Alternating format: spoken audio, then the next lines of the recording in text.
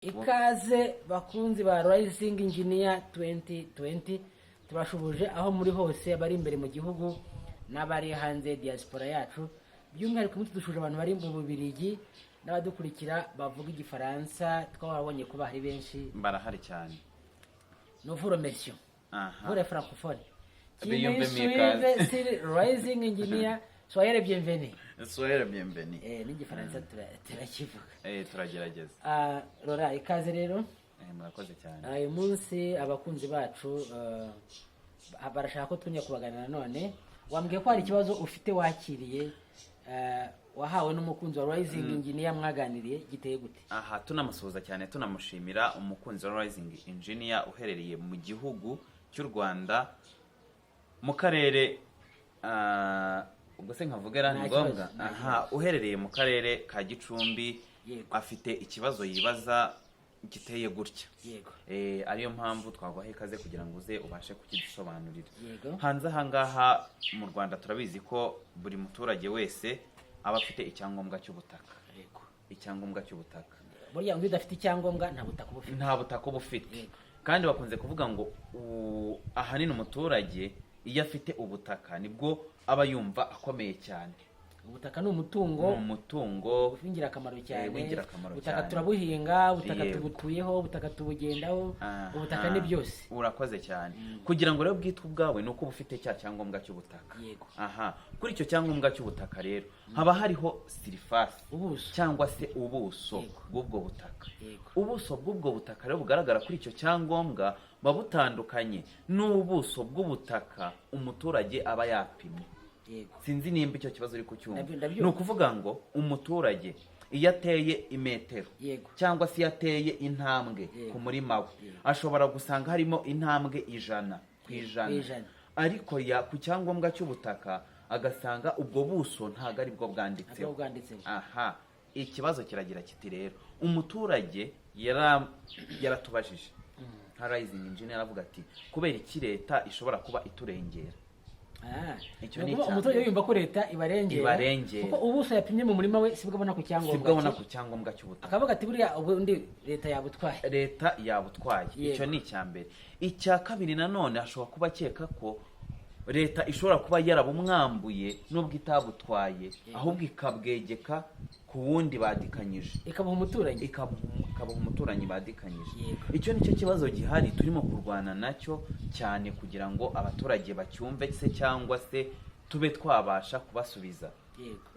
Ni byiza rero kugira ngo udusubize kugira ngo tube twacyumva, umuturage areke kurenganya leta cyangwa se ayirenganya, areke kurenganya umuturage cyangwa se amurenganya. Ikibazo kirumvikana kandi gifite ishingiro. Dushimira umuvandimwe wabajije iki kibazo kuko abantu benshi ntabwo ibintu bisobanukiwe kandi buri wese bimbubaho. Kandi bibaho cyane kuko usanga ahanini ntabwo ari wowe Gicumbi gusa, usanga no mu tundi turere harimo izo claim nyinshi. Iki kibazo kiba gihari ariko buriya kigira ubukana mu bice bitandukanye ku buryo butandukanye. Buriya nka Gicumbi ngenda bumva cyane. Gicumbi ni akarere k'imisozi. Imisozi miremire. Uko ko Gicumbi ni akarere gatoya cyane mu buso bw'igihugu, ariko niko karere gafite imirenge myinshi kubera imiterere yako. Buriya Gicumbi ifite imirenge 21. Myinshi ni imisozi. Kandi siko karere kanini. Ahubwo ni imisozi. Ni ahantu hagoye cyane ari mu migendere n'ibindi. Kandi karatuwe cyane. Urumva rero ko afite ikibazo cy'uko ubuso abona ku cyangombwa atari bwo buso bw'umurima we, bifite ishingiro cyane. Reka tubite umurima cyangwa tubite ikibanza kugira ngo bitworohere kubisobanura. Ahangaha ndabisobanura mu buryo bubiri. Icya mbere aravuga ati leta kuki yampaye ubutaka butoya ubundi ntiyabutwaye. Icyo ntabwo gishoboka. Leta ishaka ko buri muturage agira icyangombwa cy'ubutaka bumwanditseho ngo ikemure amakimbirane, ntabwo yatwara ubutaka bw'umuturage ku cyangombwa. Icya kabiri mwiho ko ubutaka bwinshi cyane cyane ubwo mu mijyi burasorerwa. Niba rero abantu batanga umusoro w'ubukode bw'ubutaka, leta iguhaye ubutaka buke niyo yaba yihombeje kuko wajya utanga nawe umusoro mutoya. Bivuze ngo leta ntabwo yabwiwe. Icya kabiri ntabwo leta ishobora gukora iryo kosa ryo gufata ubutaka bw'umuturage ngo ibushyire ku wundi muturage, kuko uwo muturage ubwo agiye kumushyiraho umuzigo wo gusorera ubutaka adakoresha. Ibyo nabyo ntiyabikorera. Kandi usanga abaturage bombi nubwo mwe mwamuturanye buri wese abarekarama yuko ubutaka bwe babugabanyije ntibabugabanyije ntabwo babugabanyije. Rero ikibazo kikaza kuba iki, hari n'abishimye bati ngiye mfite hanini ariko cyangwa mwanditseho gatanzanya nsora makeya, agakeka yuko ngo leta niyo yamufashije gusora makeya, wenda yajya nko muri banki gutangira kuburana na banki. Dufate urugero, ufite ubutaka buteyeho ishyamba, wari uvuze urugero rw'umuntu ufite ubutaka bwa metero 100x100. Metero 100x100 nidukuba burabo ari ubuso bwa metero kare ibihumbi 10. Iyo ni hegitari. Iyo ni hegitari muri rusange. Noneho wajya muri banki wariye kubereka yuko ufite hegitari y'ishyamba, ugasaba ku cyangombwa huye ngo ya ngo ntago ari hegitari y'ishyamba, ngo ari 1/3 cyayo. Ubwo ni nk'ubuso bwa 400, 300, 500, 600. Ubuso bugenda buhinduka bitewe n'imiterere y'ahantu. Nk'abantu batuye mu turere turambuye, dufate urugero nk'ahantu tuye mu Bugesera, buriya we ubuso yabona kuri ya hegitari we yapimye n'umugozi cyangwa dekametero butandukanye n'ubwo wa Gicumbi yabona, kuko mu Bugesera ahantu harambuye we ashobora kubonamo nka 800. Yego, wowe wa Gicumbi ukabonamo 400 cyangwa 300. Kandi mu by'ukuri ishyamba ringana. Ishyamba rirangana, aho ku cyangombwa ubuso n'usohoka bungana bitewe n'imiterere y'aho hantu. Iki nicyo rero ngiye kubasobanurira. Ibi bintu birasaba nari bizagorana mo gatoya, birasaba kuba harimo imibare. Birasaba ko umuntu yumvamo imibare gake, cyangwa harimo ingero zumvikana. Aba wenda batakunda gukoresha imibare cyane, ndabaha ingero zumvikana zino sinzi babona hehe mu buzima busanzwe. Reka mpere ku mibare hanyuma ndatanga ingero. Kugira ngo ubone ubuso bw'ubutaka cyangwa se bw'umurima cyangwa se bw'ishyamba, bisaba yuko ufata ubutambike n'ubuhagarike cyangwa ubugari bw'umurima ukabikuba. Niba urugero ufite umurima cyangwa ishyamba rifite ubutambike cyangwa uburebure bwa metero 100 ku bugari bwa metero 100, iryo shyamba ryawe ryakaba rifite hegitari, kuko izo ni metero kare ibihumbi 10. Ibyo ni gukuba bisanzwe, ni hegitari. Ariko noneho rero ubuso busohoka ku cyangombwa ntabwo ari bwa buso bw'umusozi uhengamye. Muri ko dutuye hano hari imisozi mu Rwanda, dufata urugero nk'umuvandimwe wa Gicumbi watubajije, usanga ari hahantu hahengamye, hahanamye.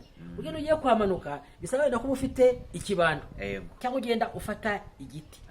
Ariko ubuso buza ku cyangombwa ni ubuso burambitse hasi, icyo bita surface plan.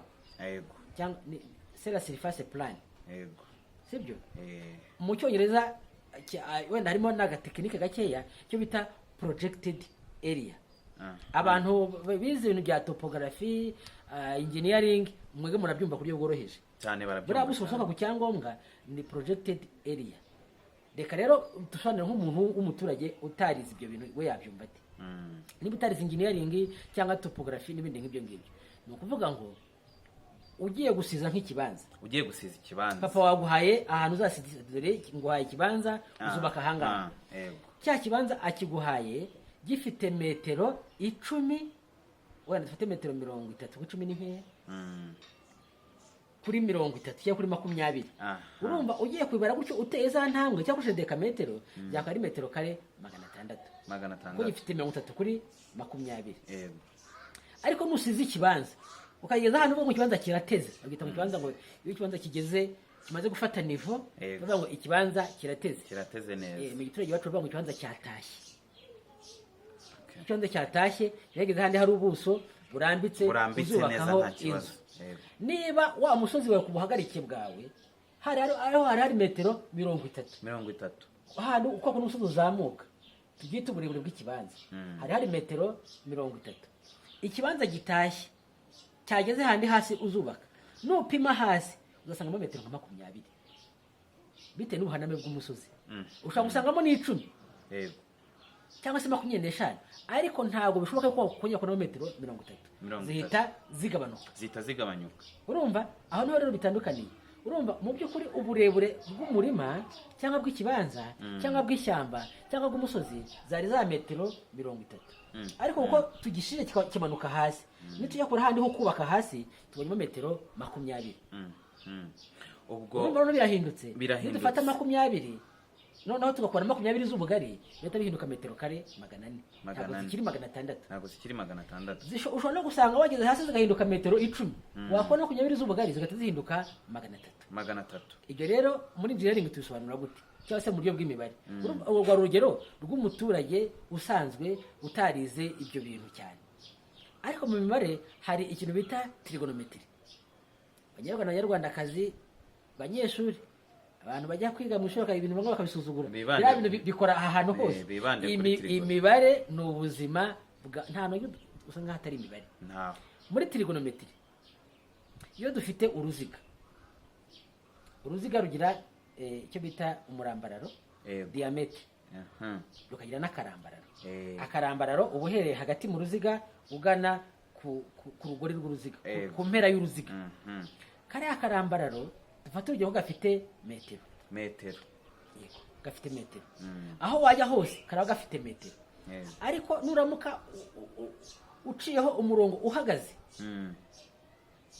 ufitanye imfuruka igororotse n'umurambararo ugapima uburebure bw'agace gasigaye ntabwo uzongera kubonamo metero, iba yagabanutse. Ni ukuvuga ngo mu mibare muri trigonometry ubwo burebure busigaye bw'ako kantu k'agace buzaba busigaye bungana na ya metero imwe y'akarambararo ukubye cosinus ya mfuruka irimo aho ngaho akaba ariko usigarana. Kugira ngo ubyumve neza, niba dufite imfuruka ya dogere 45 cosinus ya 45 ni 0 n'igice, ni kimwe cya kabiri cyangwa 0.5. Nuvuga ngo turaza gusigarana akace gatoya kangana noneho na handi hari metero tusigana santimetero 50 cyangwa se byagabanutsemo kabiri.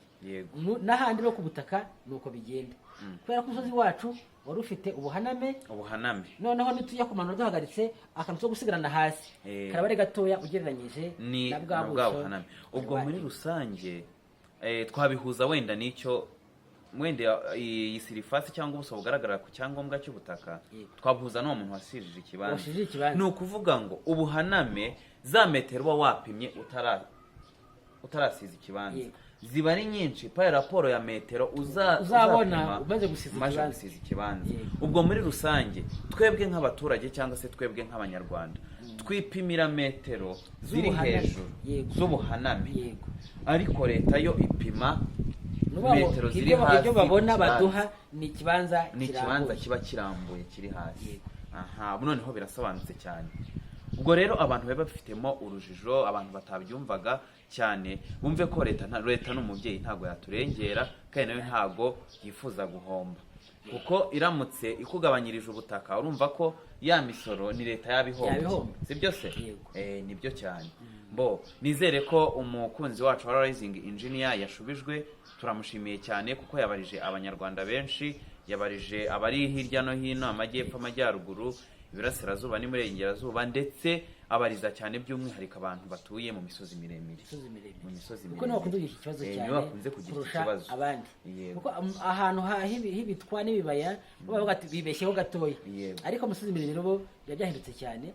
Ushobora gusanga ari ufite hegitari y'ubutaka bajya gupima ku cyangombwa akazaho 1/2 cya hegitari. Reka rero dusoreze ahangaha. Turagushimiye cyane, murakoze cyane, wadufashije, turagushimiye cyane, usobanuriye abanyarwanda. N'ubutaha nitugira ikindi kibazo tuzagusobanuza. Abantu mujye mwandika, mutwandikira bari kuri email yacu risingengineer2020@gmail.com, cyangwa se muduhereze message, cyangwa se mushyire comment ku kiganiro nk'iki gisohotse, noneho mutangaho ikibazo twagisubiza mu kiganiro cyacu gikurikiye. Murakoze cyane. Mwibuke gukora subscribe kugira ngo tumenye mu by'ukuri koko abantu turi kumwe ni barangana iki, ni bande, barifuza iki. Icya kabiri, akanwa kangaka k'ubwenge ntukakihererane, gasangize bagenzi bawe. Tubashimire, twifuza kugira ibihe byiza na weekend nziza. Murakoze cyane.